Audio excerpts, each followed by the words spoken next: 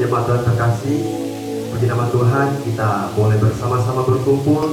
Tempat ini kita akan bersama-sama memuji, menyembah Allah kita yang hidup. Mari kita siapkan hati kita sebelum kita memuji, menyembah Allah kita. Kita siapkan hati kita, kita mengambil sikap saat teduh dimulai.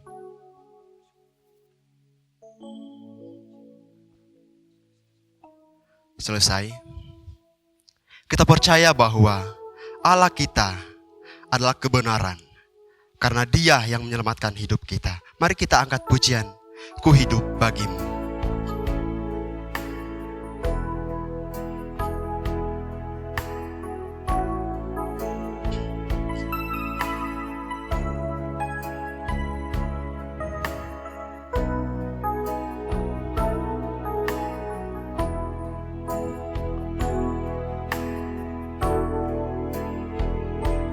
Yesus, Kau kebenaran yang menyelamatkanku. Kau memberikanku hidup. Kau memberikanku hidup dan pengharapan.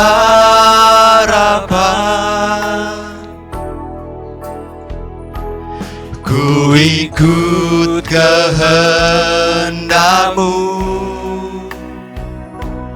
ku perlu anugerah-Mu. Ku nyatakan janjiku kepadamu.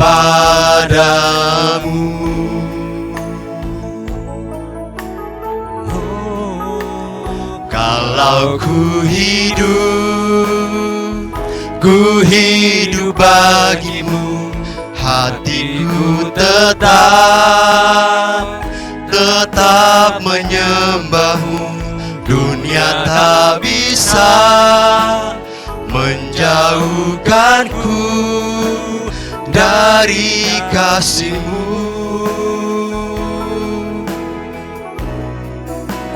Selama ku hidup bagimu, mataku tetap memandang-Mu. Dunia tak bisa menjauhkanku dari kasih-Mu. Mari dari awal kita angkat pujian ini, katakan Yesus, Kau kebenaran.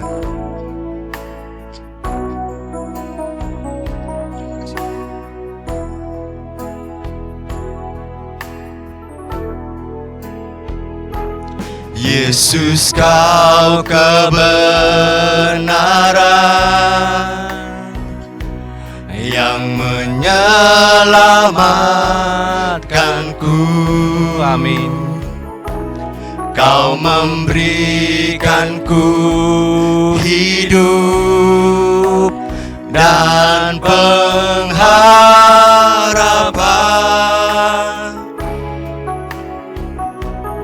Ku ikut kehendak-Mu, ku perlu anugerah-Mu.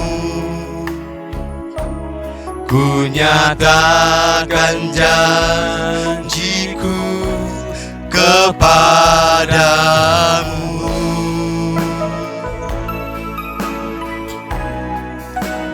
Kalau ku hidup bagimu, hatiku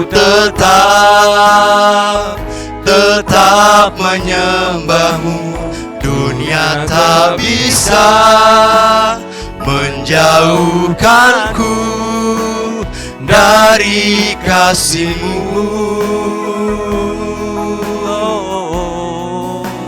Selama ku hidup bagimu, mataku tetap memandang-Mu. Dunia tak bisa menjauhkanku dari kasih-Mu. Walau ku hidup bagimu, hatiku tetap menyembahmu. Dunia tak bisa menjauhkanku dari kasih. Selama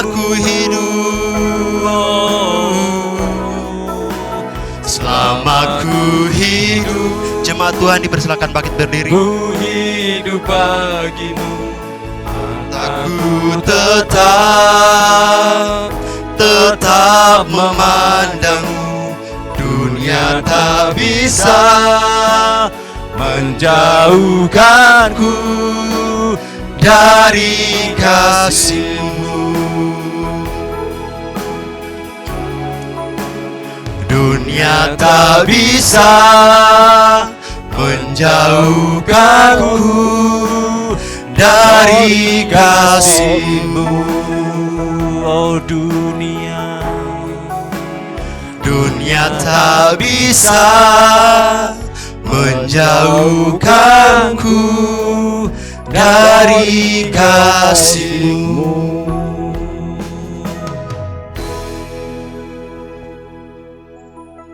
Pertolongan kita pagi ini datang dalam nama Tuhan yang menjadikan langit dan bumi serta sekalian isinya. Ia yang memeliharakan kesetiaannya sampai selama-lamanya, dan Ia tidak pernah meninggalkan kita perbuatan tangannya.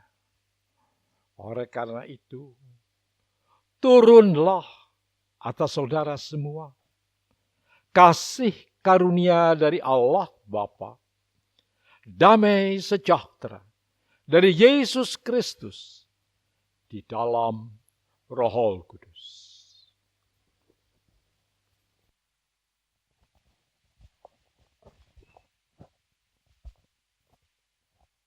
Pujian hormat bagi Allah Bapa.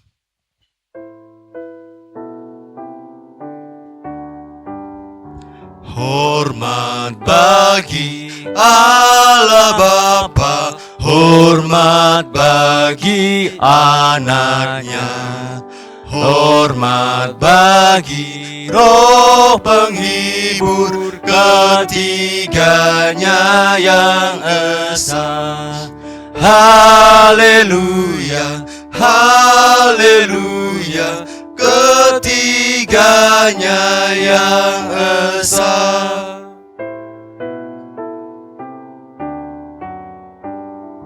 Hormat bagi Raja Surga, Tuhan umat manusia. Hormat bagi Raja Salam di seluruh dunia.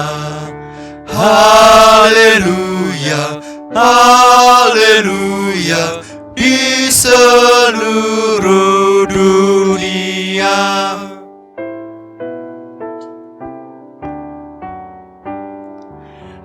Haleluya, persembahan bala kerajaanmu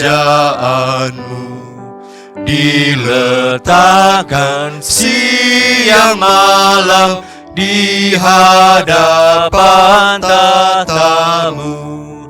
Haleluya, haleluya, di hadapan tatamu.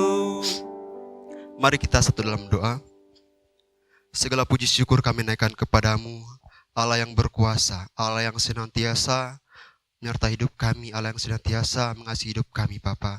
Kami sungguh bersyukur, kami sungguh berterima kasih punya Allah seperti Engkau. Terima kasih Bapa. Saat ini Tuhan kami datang kepadamu dengan segala pujian penyembahan kami, dengan kesiapan hati kami Tuhan, kami mau menyenangkan hati-Mu. Mari Bapa, Engkau mengurapi setiap kami yang ada tempat ini, berkati jemaat-Mu Tuhan, berkati juga mereka yang mungkin dalam perjalanan, tibakan mereka tempat ini Tuhan, supaya kami boleh bersama-sama merasakan hadirat-Mu Tuhan.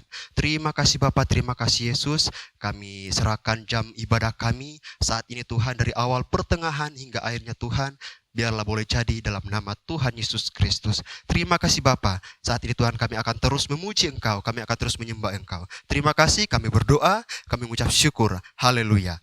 Amin. Shalom Bapak Ibu. Shalom. Kita berterima kasih kepada Tuhan bahwa kita yang percaya kepadanya, kita diberikan sukacita dari surga.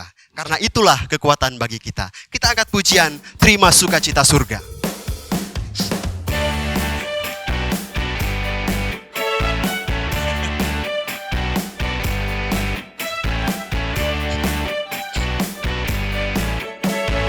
Terima Sukacita surga, itulah kekuatan bagi jiwa.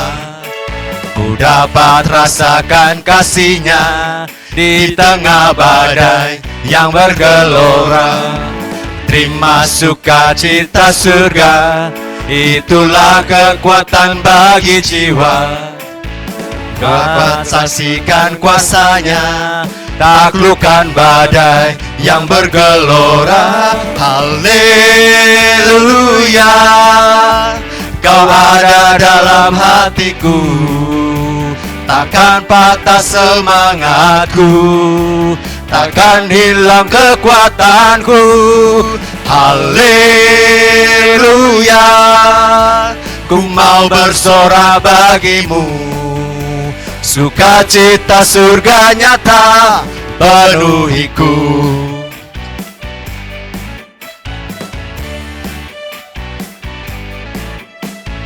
Terima sukacita surga, itulah kekuatan bagi jiwa. Ku dapat rasakan kasih-Nya di tengah badai yang bergelora. Terima sukacita surga, itulah kekuatan bagi jiwa.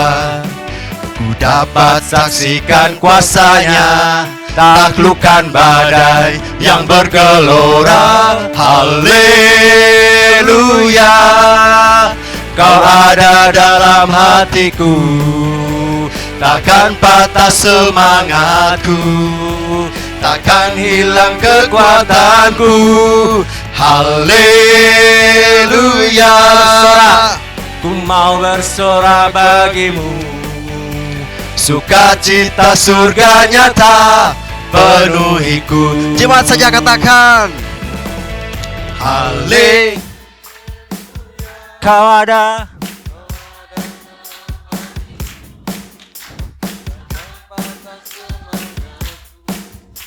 Takkan hilang kekuatan. haleluya, hale.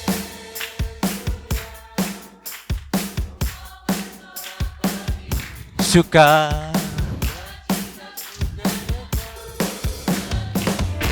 Haleluya, Haleluya,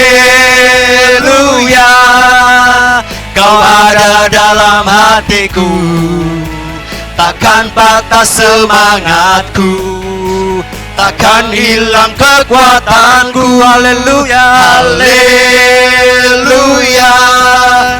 ku mau bersorak bagimu, sukacita surga nyata penuhiku. Sukacita surga nyata penuhiku. Sukacita surga nyata penuhiku. Jemaat Tuhan, masih semangat puji Tuhan? Amin. Mari kita terus Haleluya. puji Dia. Kita percaya, kita terus angkat pujian. Terpujilah namamu Tuhan.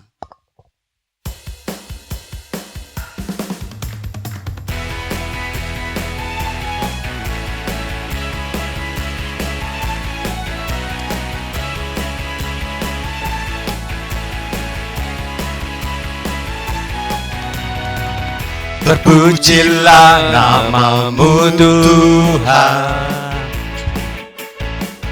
ajaib dan penuh keagungan.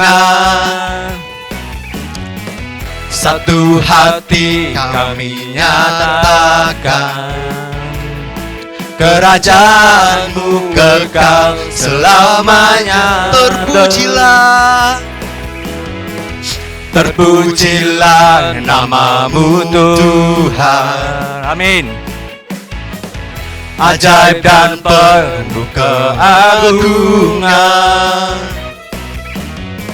satu hati kami nyatakan, Kerajaan-Mu kekal selamanya. Oh, oh, oh, oh, oh, Engkaulah Raja atas dunia, yang menghancurkan kutuk dan membebaskan jiwa. Kami bersorak, bertepuk tangan. Engkau Tuhan berjaya dan memerintah untuk selamanya.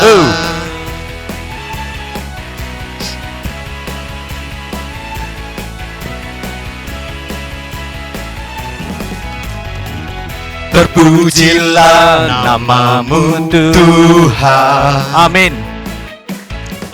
Ajaib dan penuh keagungan, satu hati kami nyatakan, Kerajaan-Mu kekal selamanya. Oh, oh, oh, oh, oh, Engkaulah Raja atas dunia, yang menghancurkan kutuk dan membebaskan jiwa. Kami bersorak, bertepuk tangan. Engkau Tuhan berjaya dan memerintah untuk selamanya. Engkaulah Raja atas dunia, haleluya, yang menghancurkan kutuk dan membebaskan jiwa. Kami bersorak, bertepuk tangan. Engkau Tuhan berjaya dan memerintah untuk selamanya, dan memerintah untuk selamanya, dan memerintah untuk selamanya.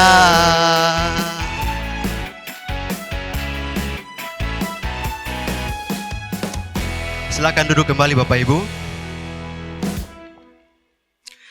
Kita akan bersama-sama menyaksikan drama yang ketiga dan sekalian mendengarkan firman Tuhan. Namun sebelum itu mari kita angkat pujian, Ya Allah Engkau kerinduanku.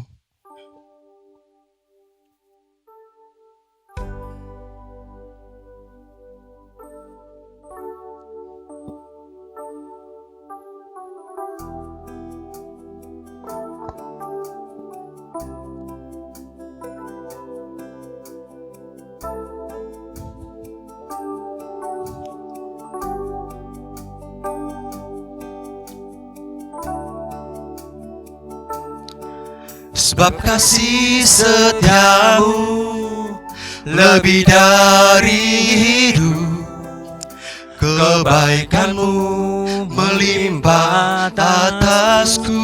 Amin. Jiwaku melekat kepadamu Tuhan, betapa ku merindukanmu. Mari dari awal katakan, Ya Allah Engkau kerinduanku. Ya Allah Engkau kerinduanku, selalu ku cari wajah-Mu Tuhan, seperti tanah yang kering, rindukan air. Demikianlah jiwaku, rindu Engkau. Ku memandangmu di tempat kudus, dan ku melihat kemuliaan-Mu. Ku berdiam di bawah naungan sayap-Mu, dan ku dapati kekuatan baru. Sebab kasih setiamu lebih dari hidup, kebaikanmu melimpah atasku. Haleluya. Jiwaku melekat kepadamu Tuhan, betapa ku merindukanmu.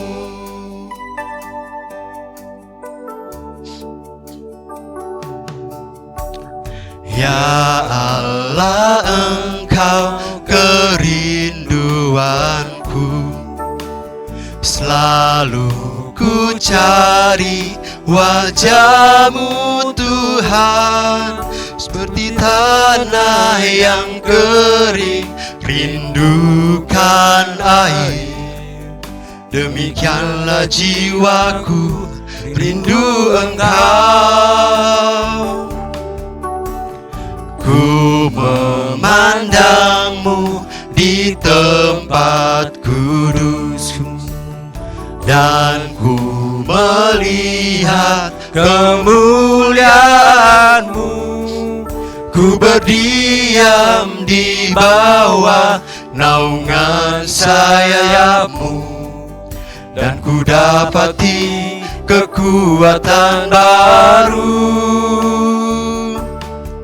Sebab kasih setiamu lebih dari hidup, kebaikanmu melimpah atasku. Jiwaku melekat kepadamu Tuhan, betapa ku merindukanmu. Sebab kasih setiamu lebih dari hidup, kebaikanmu melimpah atasku. Jiwaku melekat kepadamu Tuhan, betapa ku merindukanmu. Betapa ku merindukanmu, betapa ku merindukanmu.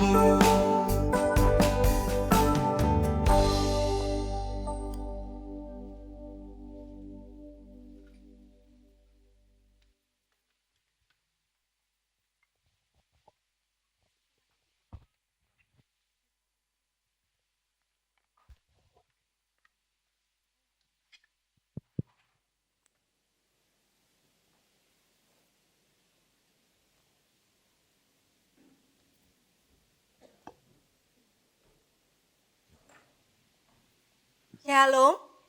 Ya, selamat pagi semua jemaat yang terkasih. Sebentar lagi kita akan menyaksikan drama part 3, kelanjutan dari drama part 1 dan 2. Dimana kalau drama part 1 kan mengisahkan tentang awal mula Anthony dan Intan bertemu. Kemudian drama part 2 happy-happynya gitu ya. Awal rumah tangga Anthony dan Intan seperti itu. Nah, di drama part 3, kisahnya tentang prahara rumah tangga Anthony dan Ruth.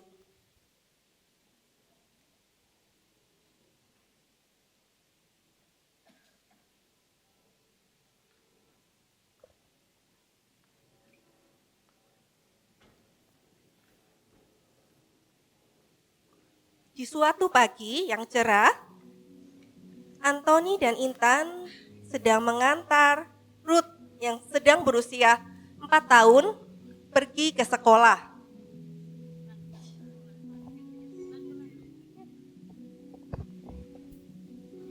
Mau pergi sekolah dulu. Ada Miss Helena. Selamat pagi, Ruth. Pagi, Wah, kamu cantik Miss. sekali. Sini. Ya. Sekolah yang pinter ya, Nak ya. Nanti pulang sekolah, Mama sama Papa jemput. Oke? Bye. Say bye-bye kepada papa mama. Ayo. Bye.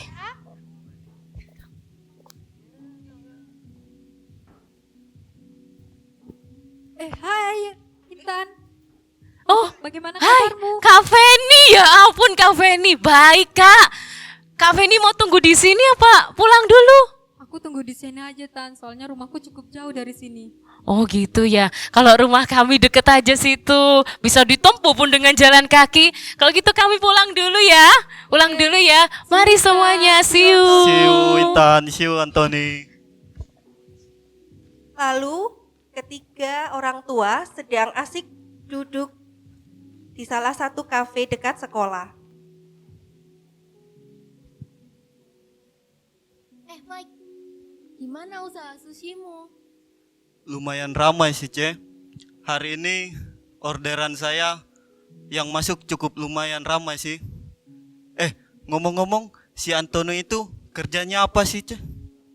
Kalau aku nggak salah sih, dia kerja kurir ojek online. Intan pernah cerita sih sama aku. Oh iya. Tapi kalau menurut aku sih gak masalah ya kita temenan sama siapa aja. Mau dia kurir kek, mau dia manajer kek. Yang penting orangnya ngena. Dan kalau aku lihat sih Anthony sama Intan itu orangnya baik kok. Aku setuju, C. Aku juga cocok sih ngomong sama si Antonio itu. Orangnya asik diajak ngobrol.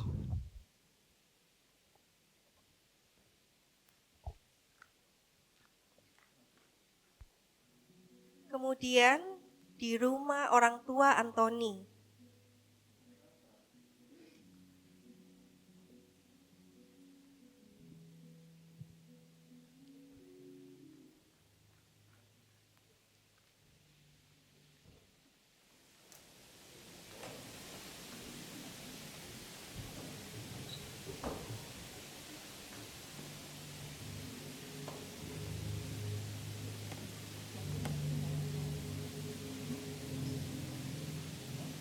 Heh, kok di sini? Ya apa orderan? Gak ngojek kamu? Orderan sepi. Ini aja baru dapat satu. Hasilnya nggak seberapa. Lama-lama jadi malas aku. Heh, malas kamu bilang? Kebutuhan kita sehari-hari aja masih disupport loh sama mama papamu. Gak malu apa kamu? Terus bagaimana lagi? Saya sudah berusaha mencari pekerjaan. Tanya si ini, tanya si itu. Lihat di internet. Tidak ada satupun yang menghubungi. Gila nggak? Kamu yang gila. Dasar pemalas. Oi, pelan dong. His. Oh.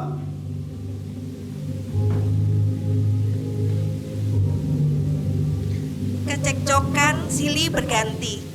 Kemudian Antoni dan Intan sedang cekcok lagi.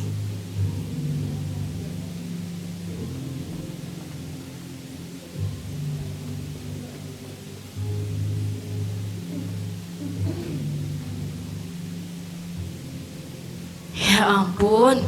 Antoni, Apa? ini kamu lihat. Aku dapat surat tagihan dari sekolahnya Ruth. Ruth belum bayar SPP loh 3 bulan. Bentar lagi lo rapotan. Gak bisa lo rapotan kalau SPP-nya belum lunas. Gini nih gimana? Usaha kek. Iya. Ini mau usaha. Mau pinjam uang sama papa.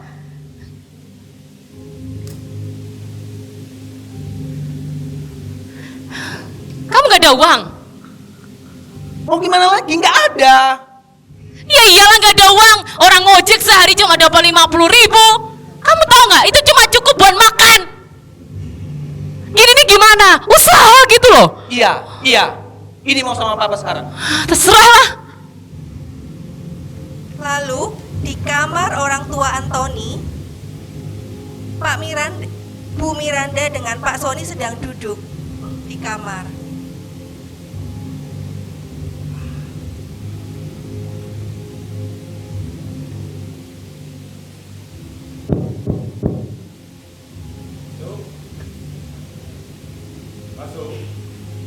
Pak, ada uang 3 juta untuk melunasi SPP-nya Ruth. Kamu ini kerja malas-malasan. Kalau begini terus, tabungan papa bisa habis untuk menghidupimu.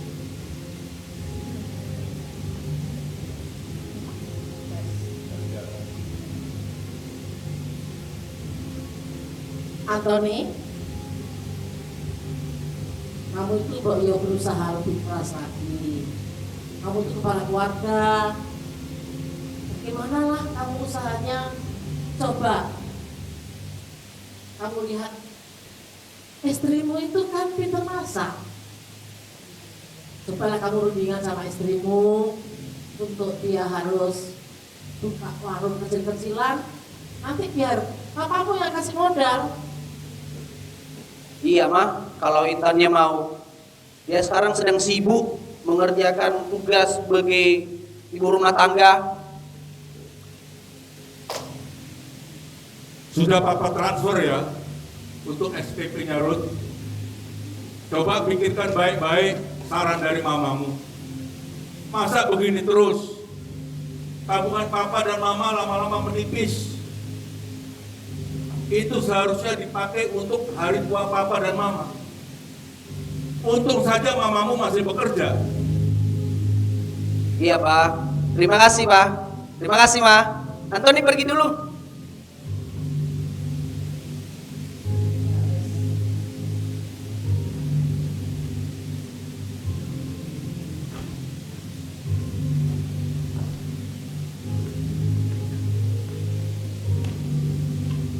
Beberapa bulan kemudian,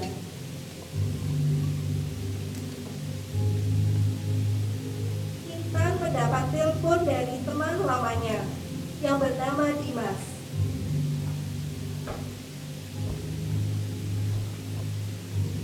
Oh iya. Baik. Iya mas. Saya pikir dulu ya. Nanti saya hubungi kembali. Oh baik, terima kasih. Intan Gimana ini? menuju kamar. Antoni sedang sibuk bermain handphone. Terdengar suara langkah Intan yang begitu pelan, penuh keraguan. Gimana cara ngomongnya ini? Suara pintu dibuka.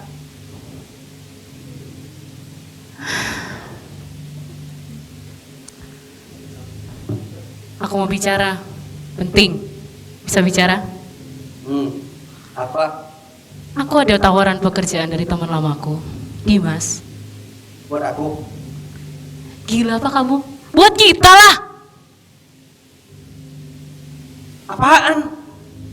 Terus siapa Dimas? Kok aku nggak pernah dengar kamu sebut nama itu? Dimas itu temen lamaku waktu aku jadi SPG mobil. Orang kita cuma teman biasa kok. Lagi pula sekarang dia tuh udah nikah, udah punya anak 4. Udahlah nggak usah cemburu-cemburu gitu. Bos Dimas lagi cari seorang kurir. Berapa bayarannya? 300.000 per kali kirim. Kurir? Bayarannya mahal sekali. Kalau yang itu aku mau, Tan. Kurir narkobaan. Gila kamu. Hei, senakal-nakalnya aku nggak pernah sentuh barang haram itu. Ditawarin teman-teman pun aku nolak, nggak mau. Banyak ngomong kamu. Ini pekerjaan yang menghasilkan uang yang banyak. Orang hanya kurir aja kok. Hei, kamu pernah pakai? Mantan. Kenapa emang? Aku udah lama kok nggak pakai semenjak pertama kenal kamu. Apa? Udahlah, nggak usah dibahas lagi. Itu kan udah masa lalu tentang aku pakai. Yang penting sekarang kita dapat uang yang banyak. Orang tuamu itu loh, mama papa terus-terusan bahas tentang uang terus. Nggak capek apa kamu dengernya? Pikir baik-baik. Banyak kok yang mau terima tawaran kerja ini. Aman. Sungguhan, aman. Berapa kali ya harus dibilang aman? Kita cuma kurir, bukan pengedar. Banyak kok yang sudah menerima tawaran ini. Bos Dimas sudah banyak merekrut kurir-kurir di luar sana, bukan cuma kita. Nanti kalau kita sudah dapat uang yang banyak, kita berhenti. Dan uang itu kita gunakan untuk membuka usaha warung makan seperti yang dianjurkan mamamu. Kamu gak dengar tadi mama bilang apa? Setahun aja cukup kok, mu. Nanti juga dapat bonus yang banyak. Oke. Tapi kita harus janji tidak boleh memakai barang haram ini. Ya. Aku juga nggak mau kok ngerasain sako lagi. Nggak enak. Ya sudah, siapkan. Antoni bertugas mengambil paket di tempat rahasia dan mengirimkannya ke lokasi yang sudah diinstruksikan oleh Dimas. Sedangkan Intan bertugas mengepek kiriman narkoba tersebut yang sudah ditimbang menjadi bungkusan-bungkusan kecil. Mereka melakukannya saat malam hari tanpa sepengetahuan kedua orang tua Antoni dan Ruth anaknya.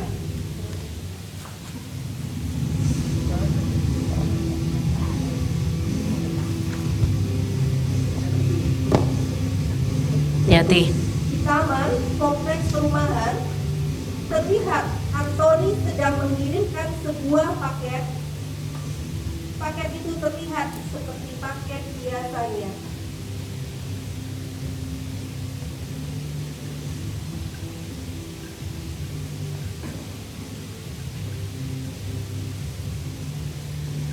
Drama Pak Tiga selesai. Untuk waktu dan tempat saya persilakan hambanya. Terima kasih.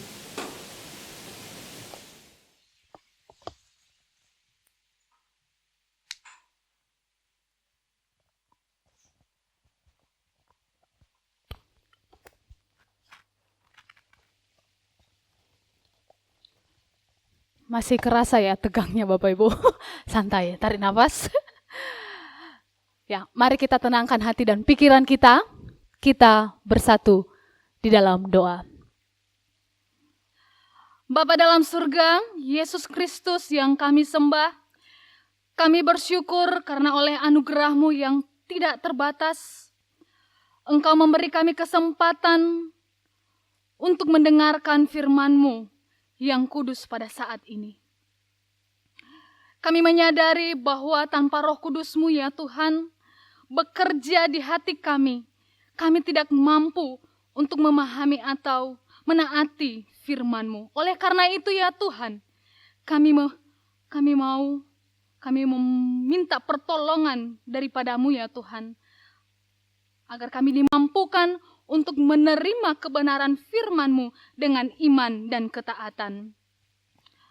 Urapi hamba-Mu ya Tuhan, yang akan menyampaikan kebenaran firman-Mu, berbicaralah kepada hamba-Mu, sehingga juga apa yang disampaikan oleh hamba-Mu kepada jemaat-Mu itu Tuhan, dapat disampaikan dengan jelas, dapat dimengerti, serta dapat menjadi firman Tuhan yang menegur, menguatkan hidup kami. Kami serahkan ke dalam tangan-Mu Tuhan, jam pemberitaan firman ini ke dalam tangan-Mu, biarlah pimpinan Roh Kudus yang menuntun hidup kami untuk mengerti. Demi dan di dalam nama Tuhan kami Yesus Kristus yang hidup, kami telah berdoa dan kami siap mendengar firman-Mu. Haleluya. Amin. Shalom Bapak Ibu. Saat ini kita akan sama-sama merenungkan kebenaran firman Tuhan yang terambil dari Roma pasal 8. Kita akan membacakan 2 bagian dari Roma dan juga yang terdapat di Galatia. Pertama kita akan membacakan dari Roma pasal 8 ayat ke-5 sampai dengan ayatnya yang ke-8. Sekali lagi Roma pasal 8 ayat 5 sampai dengan ayatnya yang ke-8. Saya akan membacakan kepada kita, jemaat Tuhan bisa mengikutinya dalam hati. Begini firman Tuhan.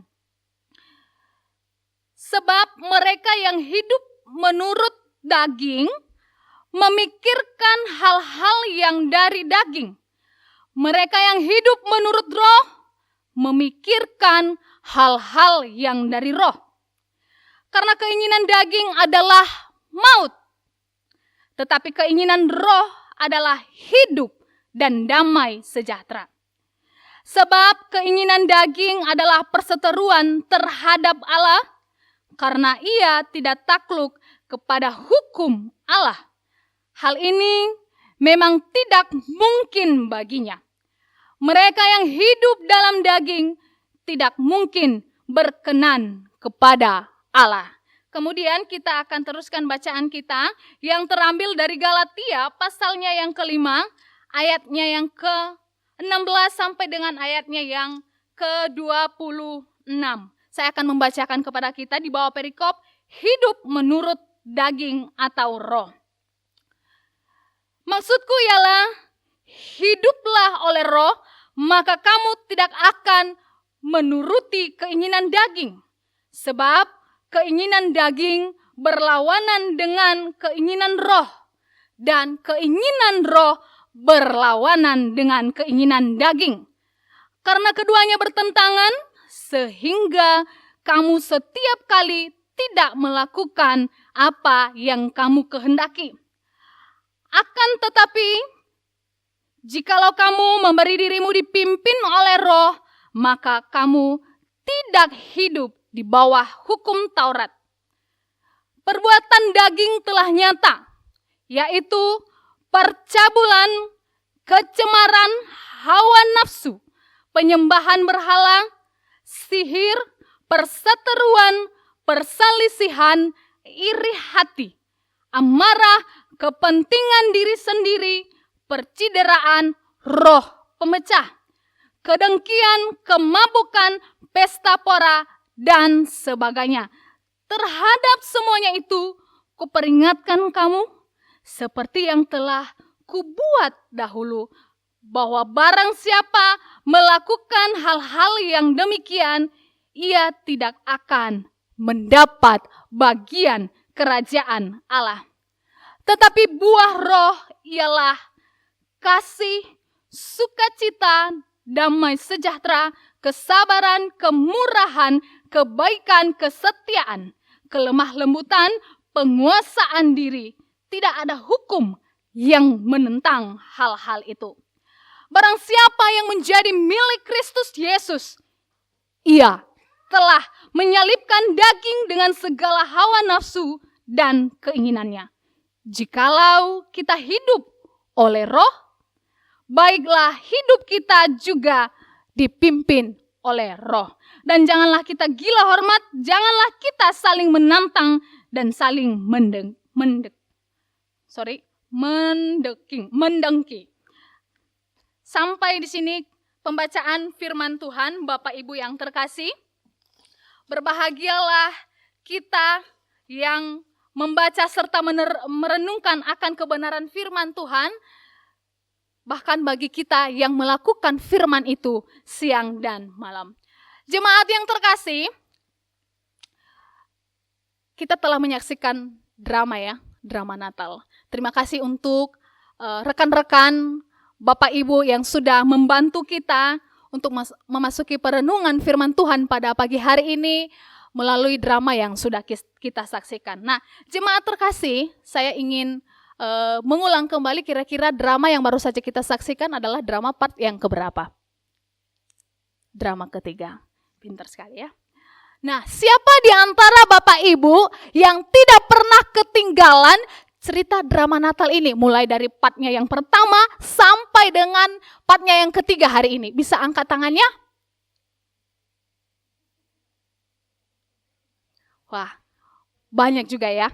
Ya, saya berharap kerajinan kita tidak kendor ya, tidak hanya pada saat masa-masa Natal ini, tetapi terus berkelanjutan kecuali memang dalam keadaan sakit ya, atau memang ada urusan yang harus kita selesaikan pada saat itu juga. Nah, jika kita mereview cerita ini kembali yang telah kita saksikan mulai dari awal hingga hari ini, kita bisa melihat perjalanan hidup seorang anak muda yang bernama Antoni. Betapa ia, meskipun ia berstatus Kristen, ternyata ia bisa terjerumus dalam pergaulan bebas. Dia sering kunjungi klub malam, apalagi dia merokok, minum minuman keras. Bahkan, mohon maaf Bapak Ibu, ia menghamili perempuan yang berbeda keyakinan dengan dia. Ketika mereka terpaksa harus dinikahkan, mereka membentuk satu keluarga baru. Ternyata Antoni dan Intan ini tetap saja tidak menjadikan Kristus sebagai pusat hidup mereka. Antoni dan Intan tidak menjadikan Kristus sebagai kepala rumah tangga mereka. Walaupun di part kedua kita bisa menyaksikan keluarga mereka dalam keadaan baik-baik saja ya. Harmonis, kelihatannya begitu harmonis, bahagia, adem ayem. Tapi ternyata itu tidak bertahan lama. Ya, ketika mereka diperhadapkan pada situasi yang sulit dengan kondisi ekonomi yang terancam, mereka susah mencari pekerjaan ke sana kemari. Apalagi dengan karakter seorang Antoni, bisa dikatakan pemalas ya, kurang greget mencari pekerjaan, taunya cuman mengandalkan keuangan kedua orang tuanya. Apa yang terjadi? Kebahagiaan atau keharmonisan yang terjadi itu tidak lagi ada. Yang ada apa? Konflik. Sampai kita tadi tegang yang menyaksikan ya. Yang ada pertengkaran terus setiap hari di dalam rumah tangga. Kenapa?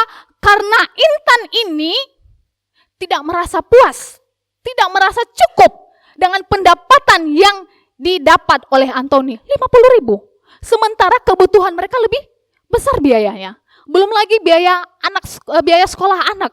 Tadi kalau kita melihat cerita Antoni di mana mereka menyekolahkan anaknya ini di sekolah yang bagus, tentu membutuhkan biaya yang cukup besar. Karena saya belum menikah Bapak Ibu, jadi saya belum berpengalaman dalam hal ini. Doakan ya Bapak Ibu. Jadi izinkan saya untuk bertanya kepada Bapak Ibu yang sudah berkeluarga.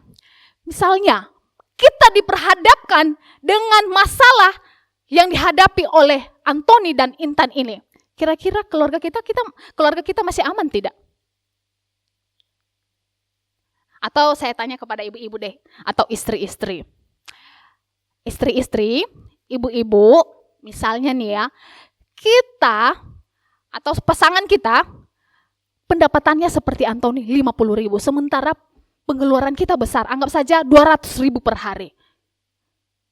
Kira-kira masihkah kita sanggup menjalani keluarga kita itu dengan bahagia? Si Evi bilang, tidak. Ibu Yudi senyum-senyum, masih bisa ya Bu? Mungkin Ibu Yudi berkata, ya bersyukur dalam segala hal. Pak Yudi dalam hati, bersyukur dalam segala hal.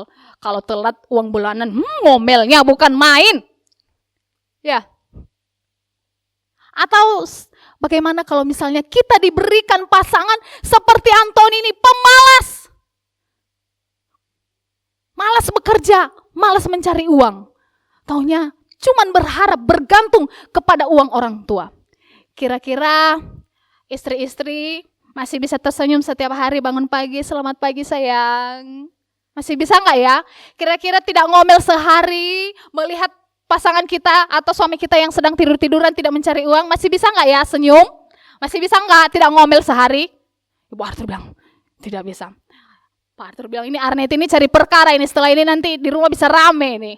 Tidak ya. Saya percaya bapak-bapak, suami-suami yang ada di GIA ini adalah suami-suami yang bertanggung jawab. Ya, amin. Bekerja keras dan cinta istri. Ya, salah satu contohnya Bapak Rudi. Bekerja keras. Salah dua contohnya adalah Pak Roni. Salah 3, salah 4-nya bisa diteruskan kembali ya. Bisa dilanjutkan sendiri. Nah, jemaat Tuhan yang terkasih, karena Antoni dan Intan ini tidak menjadikan Kristus sebagai pusat di dalam keluarga mereka. Lalu apa yang terjadi ketika mereka menghadapi masalah ini? Mereka berusaha mencari jalan keluar sendiri supaya mereka mendapatkan uang yang cepat. Padahal tadi kalau tidak salah, ibunya Antoni sudah menawarkan, saya akan memodalkan kamu. Ini agak rada-rada ini si Intan. Mending ambil uang yang haram daripada uang yang dikasih oleh orang tua, gitu ya. Supaya mendapatkan uang yang cepat, Intan mengajak atau menghasut Antoni menjadi kurir narkoba. Hati-hati dalam hidup kita sehari-hari. Kita jangan jadi Intan yang nyata. Memberikan pengaruh buruk kepada pasangan kita. Ya. Berikanlah pengaruh yang baik kepada pasangan kita. Jangan kita memberikan pengaruh yang buruk kepada orang-orang yang ada di sekitar kita. Nah, kalau Antoni dan Intan menyelesaikan masalah perekonomian rumah tangga mereka dengan menjadi kurir narkoba, kemarin saya buka Facebook Bapak Ibu, agak kaget juga melihat ya, dua orang sepasang suami istri ya, menggantung dirinya di rumahnya, berbarengan. Ketika dicari tahu alasan mengapa mereka bunuh diri, ternyata sedang menghadapi masalah perekonomian keluarga. Mungkin menurut mereka sudah tidak ada jalan keluar lagi. Jadi jalan satu-satunya adalah bunuh diri. Karena sudah terlibat banyak utang di mana-mana. Mengapa hal ini bisa terjadi? Karena hidup menurut daging. Mereka semakin jauh dari Tuhan. Maka tema kita pada pagi hari ini, kita akan berbicara tentang hidup menurut daging. Nah, sesuai nats yang sudah kita bacakan hari ini Bapak Ibu, kita akan belajar bersama apa itu hidup menurut daging, apa bahayanya jika kita hidup menurut daging. Lalu kemudian bagaimana caranya melawan keinginan daging tersebut. Pertama, mari kita melihat terlebih dahulu apa itu hidup menurut daging. Nah, ibu-ibu jangan karena tadi di rumah mungkin masak daging ayam atau masak daging babi, jadi ibu-ibu berpikir bahwa daging yang dimaksud di sini daging ayam atau daging babi. Bukan ya, bukan itu yang dimaksud. Bukan ya Sever, bukan daging babi ya. Tapi di dalam teks bacaan kita ini, kata daging yang digunakan oleh Paulus yang kita sudah lihat tadi, baik itu di Roma maupun di Galatia, berasal dari bahasa Yunani, yaitu sars. Nah, kata sars ini di dalam tulisan Paulus hampir 89% merujuk pada arti yang negatif. Jadi setiap kali Paulus ini menggunakan kata sars dalam tulisannya, ini tidak bermaksud sedang membicarakan daging tubuh secara fisik ya.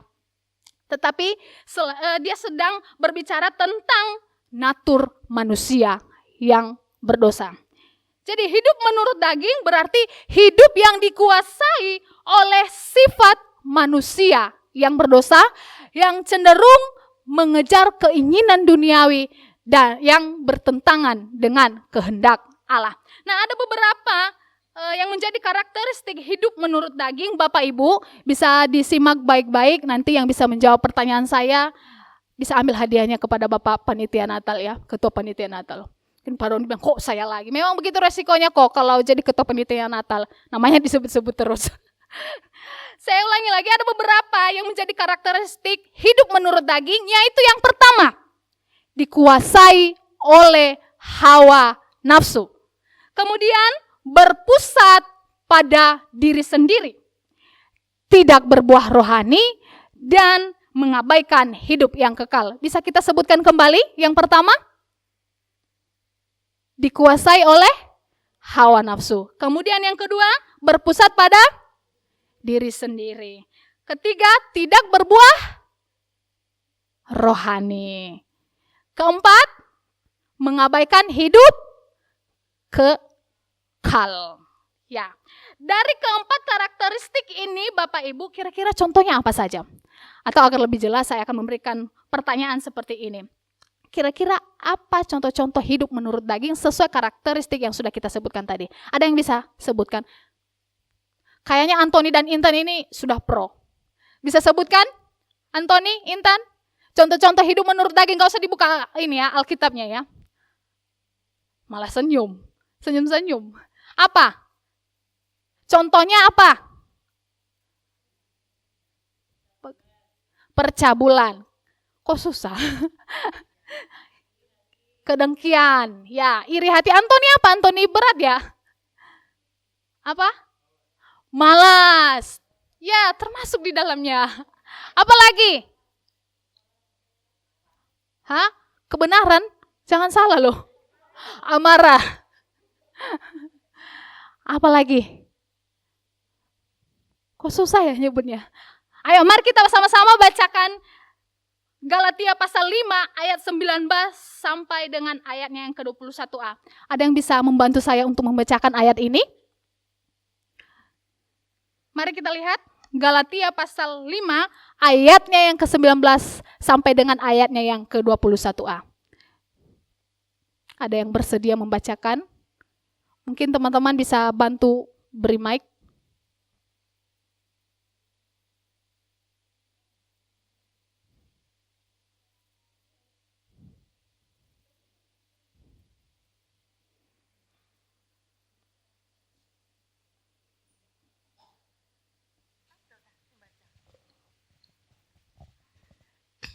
Galatia 5 ayat 19. Perbuatan daging telah nyata, yaitu percabulan, kecemaran, hawa nafsu. Udah.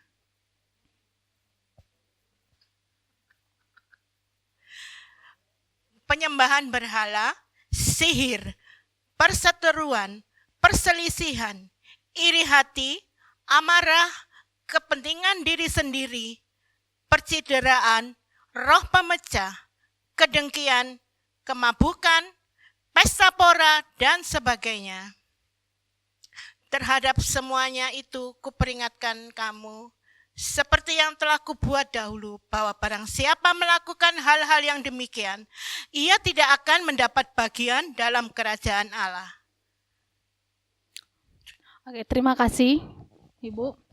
Nah, untuk memudahkan kita memahami akan ayat ini, di sini saya akan mengelompokkan perbuatan daging yang sudah dipaparkan oleh Rasul Paulus menjadi 3 bagian. Yang pertama, dosa seksual, kemudian yang kedua, dosa penyembahan, dan ketiga, dosa sosial. Yang pertama, kita akan membahas terlebih dahulu dosa seksual. Ya, yang termasuk di dalamnya apa? Percabulan, kecemaran, dan hawa nafsu. Mungkin ada di antara kita yang berkata, saya tidak seperti Antoni yang menabur benih sebelum waktunya atau sebelum menikah. Jadi saya amanlah dalam dosa ini. Jangan salah, walaupun kita sudah menikah, tetapi kita menabur benih di tempat yang salah, itu tetap dosa Bapak Ibu. Di sini saya tidak sedang menggurui atau mengajarkan Bapak Ibu ya, karena lebih senior tidak. Tapi saya sini sedang mengingatkan kita sesuai dengan firman Tuhan. Menaburlah di tempat yang benar, di tempat yang tepat. Yaitu di dalam pernikahan yang sudah diberkati oleh Tuhan. Mungkin ada di antara kita yang berkata, saya tidak melakukan kedua hal yang Kak Arneti sampaikan. Paling saya cuma sekedar nonton video saja kok. Dan kalaupun di beranda Facebook saya lewat foto-foto, saya pikir juga itu gambar kue. Jadi saya penasaran. Nah, ketika saya melihat ya saya makin penasaran. Saya cuma sekedar melihat saja kok, tidak melakukannya. Mungkin Freddy berkata, Kak Arneti, kalau saya aman Kak. Saya tidak melakukan semua dosa yang sudah Kakak paparkan tadi. Ya. Karena kan saya anak baik, saya anak teologi. Lalu bagaimana dengan pikiran kita Bapak Ibu? Contohnya misalnya ya, ada perempuan cantik yang lewat dengan menggunakan pakaian yang kurang bahan. Kira-kira pikiran kita masih aman tidak? Kalau ibu-ibu aman ya, nggak mungkin, kecuali ada kelainan. Ya, yang laki-laki, kira-kira pikiran kita masih aman tidak? Dilihat juga dosa, tidak dilihat juga sayang. Ya, cuci mata dikit-dikit aja lah, lihat dikit-dikit aja. Saya akan percaya tidak ada laki-laki yang seperti itu di tempat ini, yang saya tidak ketahui ya Bapak Ibu. Tapi di luar sana banyak. Kalau di sini tidak, semua adalah anak-anak Tuhan. Nah Bapak Ibu, kita perlu ingat, dosa tidak selalu berkaitan dengan perbuatan fisik ya. Jika kita sudah memikirkannya, maka itu sudah dosa. Saya akan bacakan kepada kita Matius pasal 5 ayatnya yang ke-27 sampai ayatnya yang ke-28. Setiap orang yang memandang perempuan dan menginginkannya sudah berzina dengan dia di dalam hatinya. Itu kata Yesus Bapak Ibu, bukan kata Arneti. Ya. Hal ini adalah sesuatu hal yang paling sering kita abaikan. Namun sangat penting untuk kita sadari. Jangan sampai kita menganggap bahwa dosa seksual itu sebatas perbuatan fisik. Ya. Dosa itu dimulai dari mana? Dimulai dari dalam hati kita dan pikiran kita. Jika kita membiarkan pikiran kita mengarah pada hawa nafsu, maka kita sudah terjebak pada dosa percabulan. Bagi yang sudah mendengarkan khotbah minggu lalu, mungkin sudah mendengarkan hal ini sudah disampaikan oleh Bapak Pendeta Hendrawan ya di khotbahnya. Kemudian dosa yang kedua di sini adalah dosa penyembahan. Apa yang termasuk di dalamnya? Yaitu penyembahan berhala dan sihir. Nah, ketika berbicara tentang dosa ini Bapak Ibu, mungkin kita merasa aman ya. Karena kenapa? Saya tidak percaya sihir. Saya tidak percaya dukun. Ngapain sih gitu-gituan? Udah gak zaman kali. Apalagi kalau menyembah berhala. Saya tidak melakukannya sama sekali. Menyembah patung-patung, saya tidak pernah. Saya kan masih waras. Begitu pikir kita ya. Namun Bapak Ibu, anak muda yang terkasih dalam Kristus, berhala tidak hanya terbatas pada patung atau objek yang kita sembah. Berhala zaman now bisa sangat berbeda. Seperti halnya apa? HP. HP ini bisa menjadi berhala dalam hidup kita ketika kita menyalahgunakannya. Kita tidak menggunakannya dengan bijaksana. Berapa banyak di antara kita yang telah kehilangan waktu. Karena kenapa? Karena asik scroll TikTok, Facebook, apalagi YouTube, IG, bahkan ada yang seharian main game.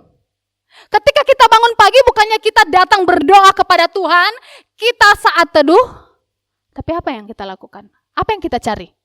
Biasanya HP. Kita cari HP, buka chat. Syukur-syukur kalau yang kita buka chat itu chat dari gembala ya, karena biasanya ada renungan pagi ya yang dikirimkan ya. Tapi betapa menyedihkan jika yang kita buka itu adalah chat dari ayang. Dan ini biasanya terjadi di dalam hidup anak-anak muda ya. Biasanya chat pagi-pagi itu chat yang paling kita tunggu-tunggu itu chat dari ayang. Kira-kira jam segini ayang lagi ngapain ya?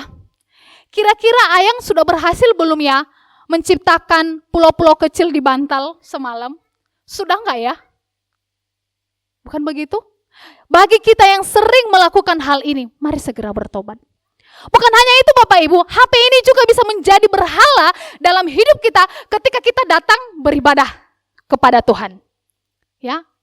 Kita lebih memilih main HP daripada kita mendengarkan khotbah, daripada kita datang mendengarkan pesan-pesan Tuhan yang disampaikan oleh hambanya. Waduh, Kak Arneti, saya ngantuk pol, kata Ceper. Bercanda kucing. Saya ngantuk, daripada saya ngantuk, saya mending lihat HP saja.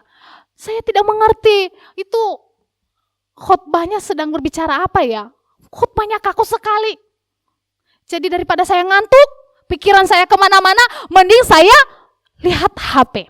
Ini adalah ciri-ciri orang yang diperhambakan oleh HP. Selain HP, ada juga uang yang menjadi berhala dalam hidup kita. Ketika hidup kita hanya fokus mencari uang, dan uang, kita lupa waktu kita untuk berdoa kepada Tuhan, kita lupa waktu kita untuk membaca firman Tuhan, kita lupa membangun relasi kita dengan Tuhan. Kita hanya mementingkan pekerjaan kita, kerja. Dan kita tidak datang beribadah kepada Tuhan. Padahal tujuan utama kita datang di gereja apa Bapak Ibu? Inti dari ibadah kita yaitu adalah mendengarkan firman Tuhan, mendengarkan sabda Tuhan, bukan yang lain. Mari kita sadari Bapak Ibu bahwa dalam hidup kita sehari-hari, berhala bisa hadir dalam berbagai bentuk. Ya, apapun yang kita utamakan lebih dari Tuhan, itulah berhala di dalam hidup kita. Seperti yang Paulus ingatkan, hidup menurut daging tidak hanya tentang perbuatan jahat yang tampak, tetapi juga tentang apa yang kita anggap lebih penting dari hubungan kita dengan Tuhan. Kemudian yang ketiga adalah dosa sosial. Yang terdapat di dalamnya apa? Perseteruan, perselisihan, iri hati, roh pemecah, dan lain sebagainya di sana. Nah, Bapak Ibu, topik ini memang cukup berat ya. Karena banyak hal yang terkait mengenai hidup sosial kita sehari-hari. Dosa-dosa ini sangat nyata atau relate banget gitu ya dalam hidup kita. Jangan sampai keberadaan kita dalam satu komunitas adalah menjadi sumber pemecah belah. Penyebab terjadinya perpecahan. Contohnya penyebab terjadinya perpecahan apa Bapak Ibu? Kira-kira apa aja contoh yang menjadi perpecahan terjadi? Gosip kata CVR, apalagi? Suka ngadu domba, ini parah sekali. Misalnya, hari ini kita datang kepada si A karena kita punya kepentingan, maka kita menceritakan si B. Besok kita memiliki kepentingan kepada si B, maka kita menceritakan si A. Tentu ini sudah menciptakan dosa perpecahan. Kemudian apa lagi? Menyebarkan fitnah termasuk gosip tadi ya. Iri hati. Amarah yang berlebihan. Ternyata amarah juga bisa menjadi dosa ya. Tapi juga yang suka mancing amarah juga berdosa juga. Sama-sama berdosa. Maka itu kita bertobat bersama-sama. Kita gumulkan hal ini secara bersama-sama. Apalagi yang dapat menjadikan perpecahan? Apalagi Hertin? Kira-kira apa aja dosa yang dapat menyebabkan perpecahan?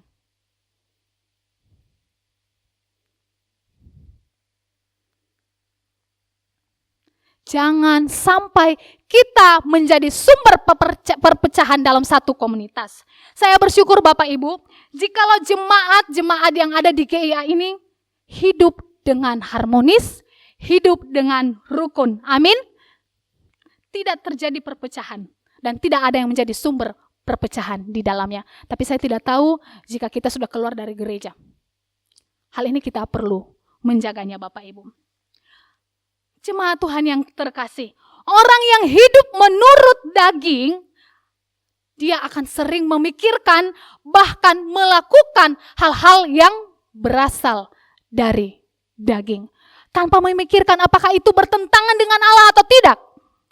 Bahkan dia tidak akan malu berbuat dosa. Secara terang-terangan dia akan melakukan dosa itu. Seperti yang dikatakan oleh Paulus, perbuatan daging telah nyata. Mengapa di sini Paulus mengatakan perbuatan daging telah nyata? Karena orang-orang yang ia layani pada saat itu atau jemaat-jemaat yang ia layani pada saat itu sudah tidak malu-malu lagi untuk mengumbar aibnya, untuk melakukan dosa di depan umum. Dan ini tidak hanya terjadi pada waktu itu, tapi juga pada saat ini banyak terjadi. Kita sudah tidak malu lagi untuk melakukan dosa. Malahan kita bangga melakukan dosa. Beberapa waktu yang lalu Bapak Ibu, saya melihat podcast, ada seorang anak perempuan begitu cantik. Dia dengan bangganya menceritakan pekerjaannya. Apa pekerjaannya? Sebagai wanita malam. Dan dengan bangganya dia menceritakan berapa pendapatannya setiap ia bekerja. Agak aneh, bukan? Dan hal ini banyak terjadi di kalangan anak muda. Sudah tidak malu lagi melakukan dosa, apalagi dosa seksual. Bagi mereka, kalau tidak melakukan dosa seksual, kurang keren. Apalagi merokok, minum minuman keras, wah, rasanya tidak keren gitu ya. Kurang gaul. Seks bebas dianggap sudah lumrah. Maka orang tua perlu memperhatikan hal ini. Jangan sampai kita menjadi orang tuanya Antoni dan seperti orang tuanya Intan yang membiarkan anaknya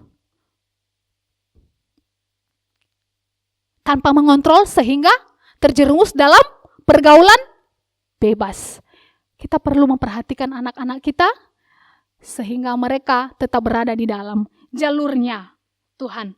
Mungkin ketika kita membaca ayat ini di Galatia, saudara-saudara bertanya-tanya mengapa di sini Paulus tidak mencantumkan dosa seperti mencuri, membunuh di dalam daftar perbuatan daging. Ada dua alasan Bapak Ibu. Di sini yang pertama, kata sebagainya yang digunakan Paulus tidak berarti dia malas mencatat dosa-dosa ya. Melainkan di sini dia sedang menunjukkan betapa banyaknya dosa manusia. Jadi kalau misalnya Paulus pada saat itu mencatat semua dosa-dosa, kayaknya ini tidak cukup gitu ya. Terlalu tebal gitu ya. Saking banyaknya dosa manusia di dunia. Kemudian yang kedua, kenapa Paulus ini mengutamakan dosa-dosa yang tercantum di Galatia ini? Karena sesuai dengan dosa yang lagi hits pada zaman itu. Bapak Ibu, saudara yang terkasih, seperti yang saya katakan di awal, kalau kita hidup menurut daging, tentunya akan ada bahayanya. Apa bahaya jika kita hidup menurut daging, Bapak Ibu? Kita bisa melihat di dalam Roma, pasalnya yang ke-8, ayatnya yang ke-6. Yaitu adalah maut. Sekali lagi, bahaya hidup menurut daging adalah maut. Hidup yang dipimpin oleh keinginan daging, kata Paulus, akan berakhir dengan maut. Ini berarti hidup kita bisa terpisah dari Allah meskipun kita hidup secara fisik. Kita sebenarnya kehilangan kehidupan yang sejati yang datang dari hubungan kita dengan Allah.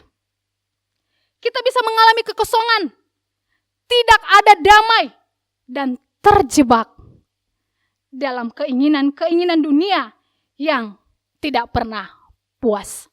Kemudian apa bahayanya lagi? Yang kedua, yaitu bertentangan dengan Allah.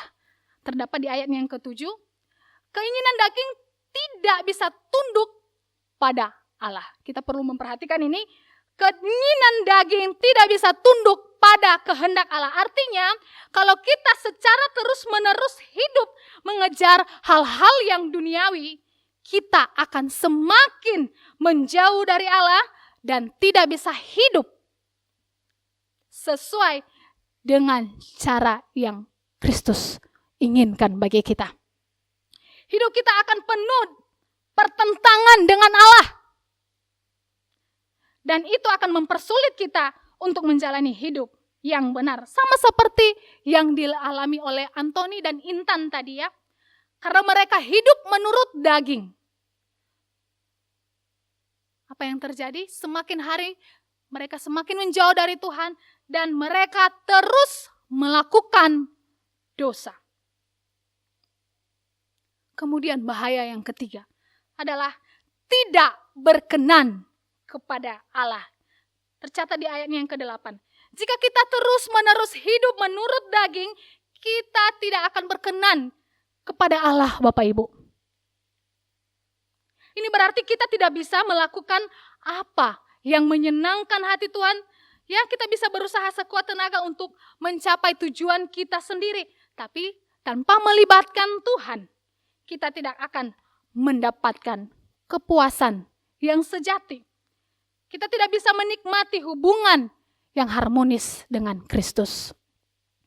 Intan merasa tidak cukup dengan pendapatannya Antoni yang hanya 50.000 per hari. Karena merasa tidak puas tadi. Akhirnya mereka cari jalan keluar untuk menjadi kurir narkoba. Apakah pada saat itu mereka tidak tahu bahwa pekerjaan yang mereka ambil itu adalah pekerjaan yang berbahaya? Mereka tahu. Tapi karena ketidakpuasan tadi dan ketidaksabaran mendorong mereka melakukan dosa itu. Kemudian Bapak Ibu yang terkasih, saat ini saya percaya kita sudah menyadari bahwa hidup menurut daging itu tidak benar, tidak berkenan di hadapan Allah. Dan kita tahu apa bahaya hidup menurut daging. Maka yang menjadi pertanyaannya, lalu bagaimana cara kita melawan keinginan daging itu? Di dalam Galatia pasal 5 dan di dalam Roma pasalnya yang ke-8, di sana Paulus mengatakan bahwa satu-satunya cara untuk melawan keinginan daging adalah dengan hidup menurut roh. Keinginan daging selalu bertentangan dengan keinginan roh, Bapak Ibu. Karena kita tidak bisa mengatasi keinginan daging kita ini dengan kekuatan sendiri, maka kita memerlukan yang namanya Roh Kudus untuk memimpin hidup kita. Hidup menurut roh berarti hidup yang mengikuti kehendak Tuhan, dipimpin oleh Roh Kudus dan menghasilkan perubahan dalam hidup kita yang mencerminkan sifat-sifat Kristus. Nah, adapun ciri-ciri orang yang hidup menurut roh, yaitu yang pertama, mengutamakan Tuhan. Hidup menurut roh berarti kita ingin melakukan apa yang Tuhan kehendaki dalam hidup kita. Kita lebih mengutamakan doa, membaca Alkitab, dan berusaha hidup sesuai dengan ajarannya. Kira-kira, sudahkah kita mengutamakan Tuhan di dalam hidup kita sehari-hari? Ketika kita memiliki masalah,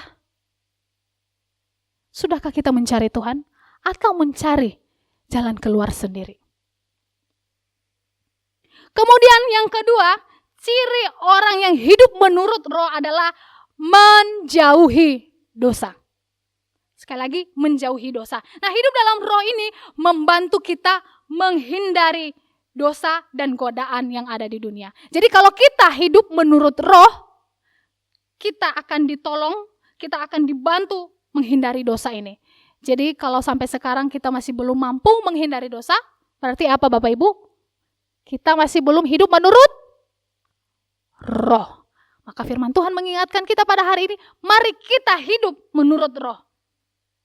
Kalau kita hidup menurut roh, kita akan berusaha tidak mengikuti keinginan dunia seperti yang sudah dipaparkan tadi di Galatia pasal 5 ayat yang ke-19. Kemudian yang ketiga, menghasilkan buah roh. Ciri orang yang hidup menurut adalah menghasilkan buah roh. Ketika kita hidup menurut roh, kita akan menunjukkan buah roh dalam hidup kita sehari-hari. Seperti yang terdapat di dalam Galatia pasal 5 ayatnya yang ke-22 sampai dengan ayatnya yang ke-23. Ini adalah tanda bahwa Roh Kudus bekerja di dalam hidup kita. Kemudian yang terakhir, mengandalkan Roh Kudus. Ini adalah ciri-ciri orang yang hidup menurut Roh adalah ia mengandalkan Roh Kudus. Hidup menurut Roh berarti bergantung penuh kepada Roh Kudus untuk memberinya kekuatan dan petunjuk dalam hidup sehari-hari. Kita memohon agar Roh Kudus ini membimbing kita untuk melakukan yang benar. Mari kita lihat kembali cerita Intan dan Antoni. Apakah mereka hidup menurut Roh? Tidak sama sekali. Mereka tidak hidup menurut Roh. Mungkin juga mereka tidak mengerti apa itu hidup menurut Roh, sehingga mereka terus-menerus melakukan dosa di dalam hidupnya. Saudara, sangat penting bagi kita orang percaya hidup menurut Roh. Mengapa?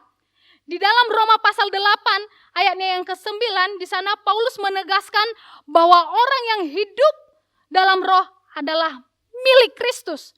Ini berarti hidup menurut Roh adalah tanda bahwa kita telah diselamatkan dan diubahkan oleh Allah. Hidup dalam Roh membawa kita kepada hidup yang penuh damai, sukacita, dan tujuan yang sejati. Serta menjauhkan kita dari hidup yang penuh dengan kekosongan dan dosa. Saudaraku yang terkasih, setelah ini mungkin kita akan diperhadapkan dengan dua pilihan. Apakah kita akan hidup menurut daging atau kita akan hidup menurut Roh? Ingat, kedua hal ini adalah kedua hal yang sangat kontras. Saya kembali mengingatkan kita, Roma pasal 8 ayat 6 berkata, karena keinginan daging adalah maut, tetapi keinginan Roh adalah hidup dan damai sejahtera. Jadi setelah ini kalau kita memang mau hidup menurut daging, ingat, kita akan mendapatkan maut. Kalau kita hidup menurut Roh, kita akan mendapatkan hidup dan damai sejahtera. Pilihan ada di tangan Bapak Ibu. Galatia pasal 5 ayatnya yang ke-24 berkata, barang siapa yang menjadi milik Kristus Yesus, ia telah menyalibkan daging dengan segala hawa nafsu dan keinginannya. Ini yang menjadi intinya. Kalau memang kita adalah milik Kristus, maka kita tidak akan memilih hidup di dalam daging, tetapi kita akan hidup menurut Roh. Amin. Untuk sejauh perenungan firman Tuhan pada pagi hari ini, saya minta dengan kasih Ibu Arthur memimpin kita dalam doa.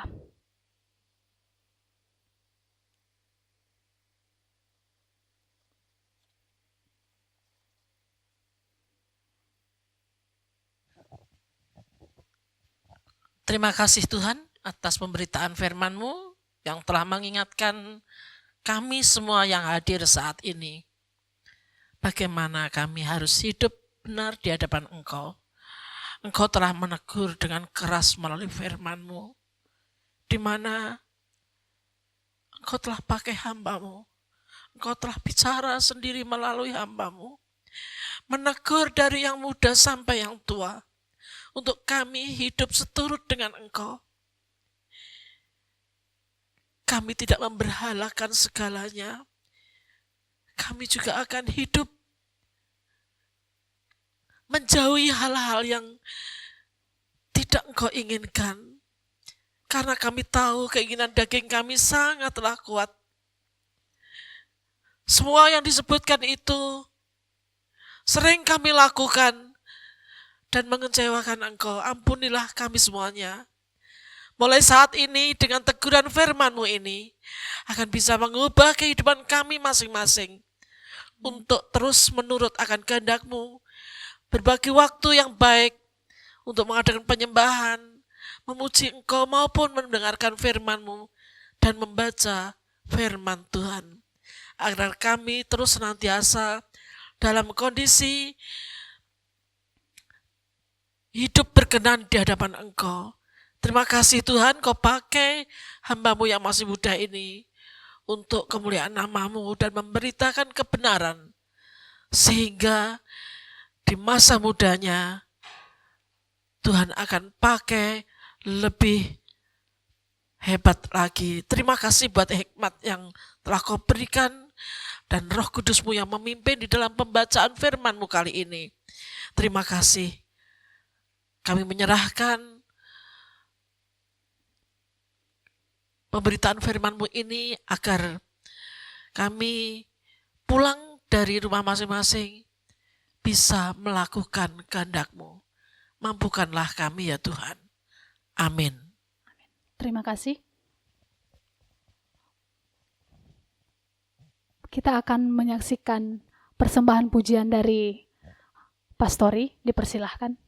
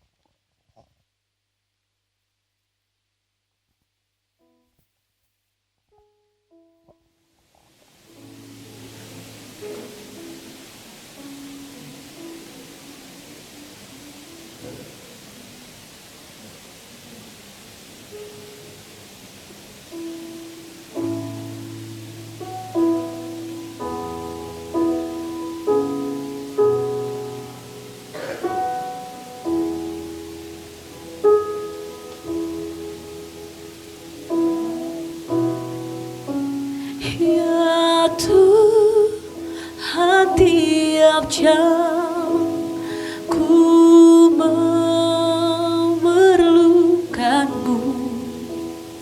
Engkaulah yang memberi sejahtera penuh.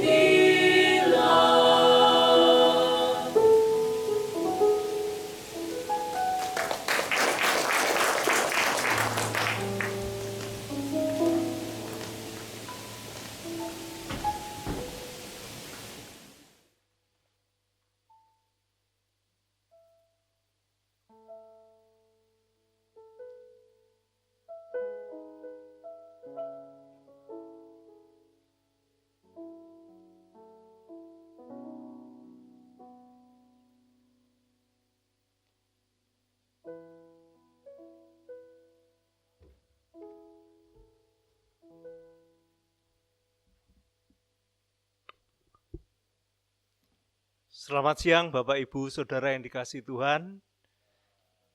Kita sudah mendengarkan ujian terakhir tadi yang mengajak kita semuanya untuk mendekat kepada Tuhan supaya kita beroleh pemeliharaan yang sempurna dari Tuhan, supaya kita tidak hidup oleh perbuatan daging. Saya akan bacakan warta jemaat pada hari ini. Kami mengucapkan terima kasih atas pelayanan Saudari Guru Injil Arneti ya, dan seluruh pelayan Tuhan yang memberikan pelayanan ibadah pada hari ini. Kiranya Tuhan memberkati. Nanti sore ada ibadah perayaan Natal sekolah minggu pukul 16. Harap orang tua yang memiliki anak di sekolah minggu memperhatikan dan dapat hadir mendampingi putra-putrinya. Minggu depan hanya ada ibadah satu kali, yaitu pukul 16.30, ibadah dan perayaan Natal. Jadi bagi jemaat untuk memperhatikan dan mendoakan supaya ibadah dan perayaan Natal boleh berlangsung dengan lancar.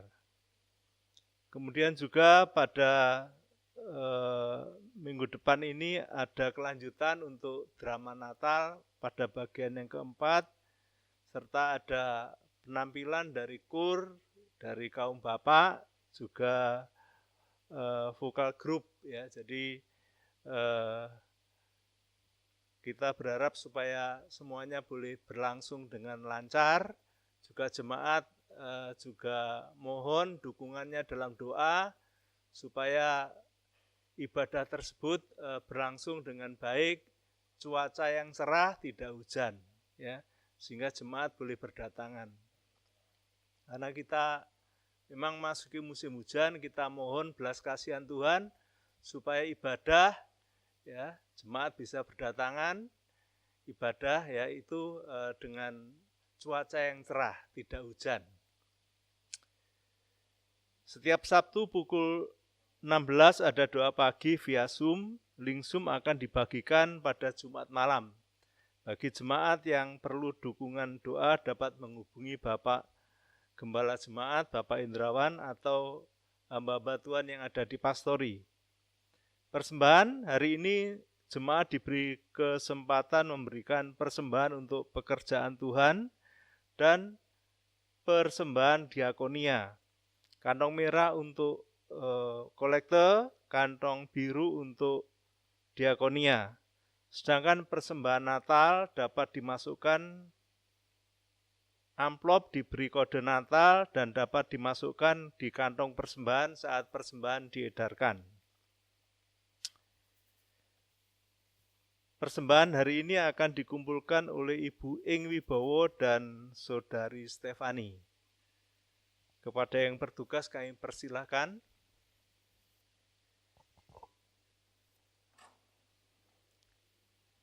Sebelum persembahan dijalankan, kita membaca firman Tuhan dari Amsal 11 ayat yang ke-24 dan 25. Demikian firman Tuhan. Ada yang menyebar harta tetapi bertambah kaya. Ada yang menghemat secara luar biasa, namun selalu berkekurangan. Siapa banyak memberi berkat, diberi kelimpahan. Siapa memberi minum, ia sendiri akan diberi minum. Mari kita berdoa. Tuhan Allah Bapa kami yang di surga, kami mengucap syukur, terima kasih kalau Tuhan sudah memberkati dan menyertai kami semuanya. Hingga saat ini, kami akan memberikan persembahan kepada Tuhan, kiranya persembahan ini Tuhan kuduskan sehingga berkenan untuk pekerjaan dan pelayanan Tuhan di tempat ini. Terima kasih ya Tuhan, dalam nama Tuhan Yesus kami berdoa, amin. Sambil persembahan dijalankan, kita akan memuji Tuhan. Bila topan keras melanda hidupmu.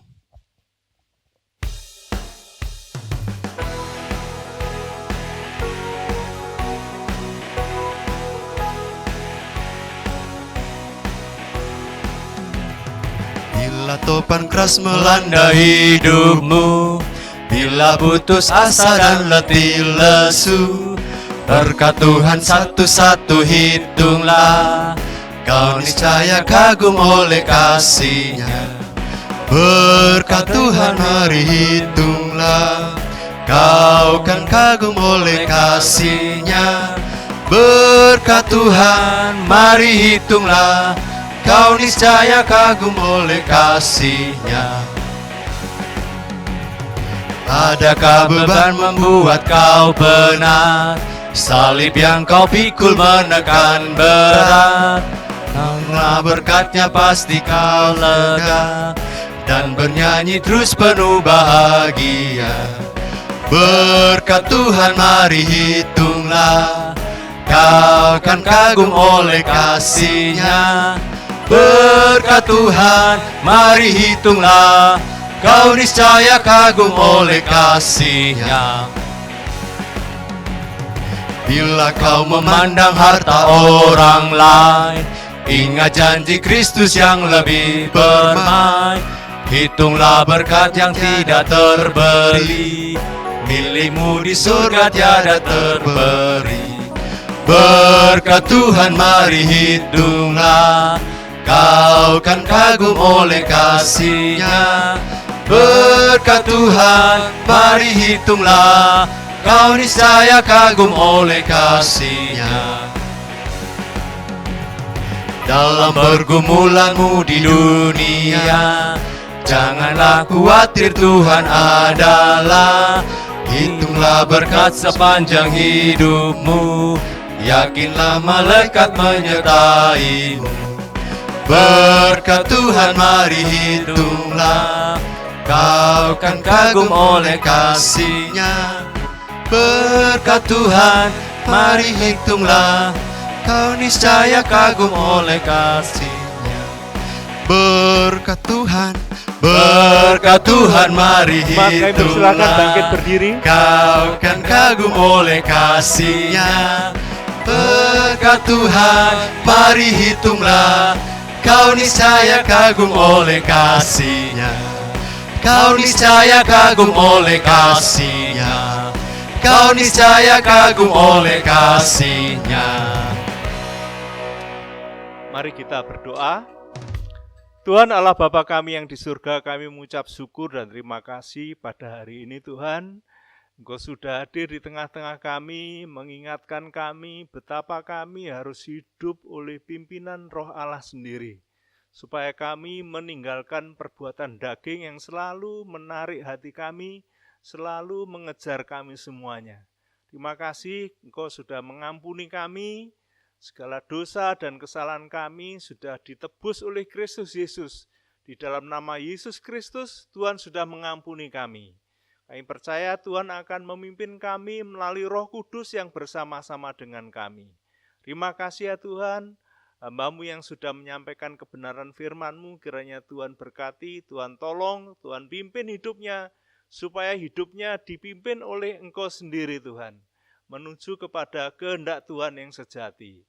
Demikian juga kami menyerahkan pada kesempatan hari ini Tuhan untuk seluruh jemaat-Mu. Banyak jemaat-Mu yang hari ini tidak hadir, kami menyerahkannya ke dalam tangan Tuhan. Kiranya Tuhan tetap menolong, memberkati, membela anak-anak-Mu semuanya, supaya anak-anak-Mu tetap di dalam hidup kasih Kristus sendiri. Terima kasih ya Tuhan. Kalau juga nanti sore ada perayaan Natal untuk anak-anak sekolah minggu, kami membawanya ke dalam tangan Tuhan. Kiranya Tuhan menolong kami semuanya, memberi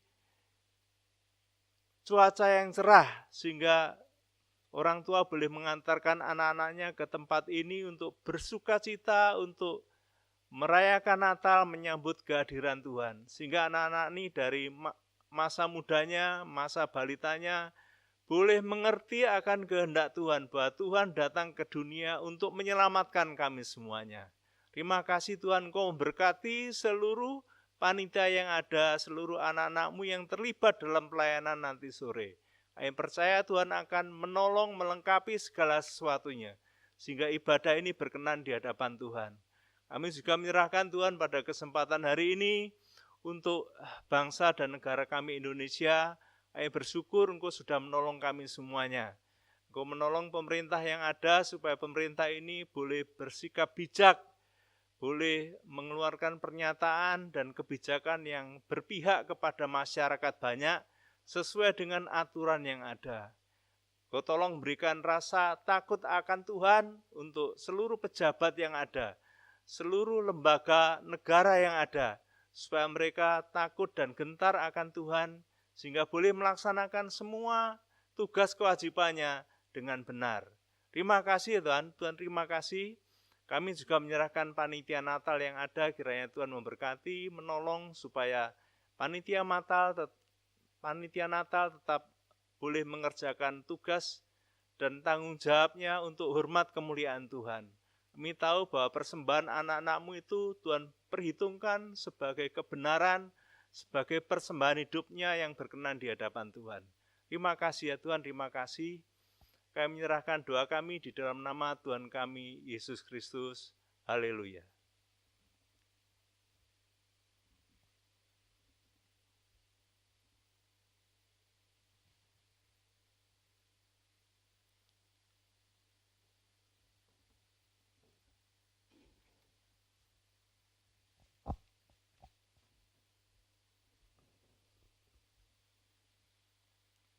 Tuhan memberkati engkau.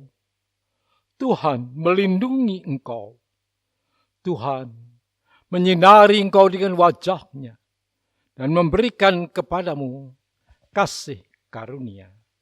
Tuhan menghadapkan wajah-Nya kepadamu, memberikan damai sejahtera. Sekarang pulanglah di dalam damai sejahtera dari Allah Bapa, di dalam kasih karunia dari Yesus Kristus, dan dalam persekutuan dengan Roh Kudus, menyertai saudara semua, mulai saat ini sampai Yesus datang kembali.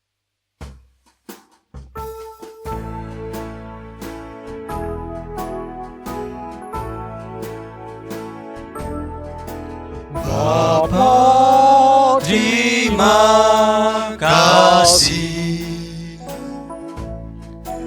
Bapa, terima kasih. Bapa di dalam surga, ku berterima kasih. Amin.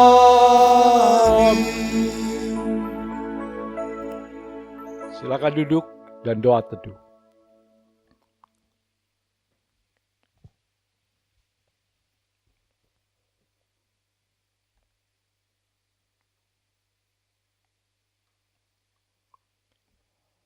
Selamat siang, Tuhan memberkati.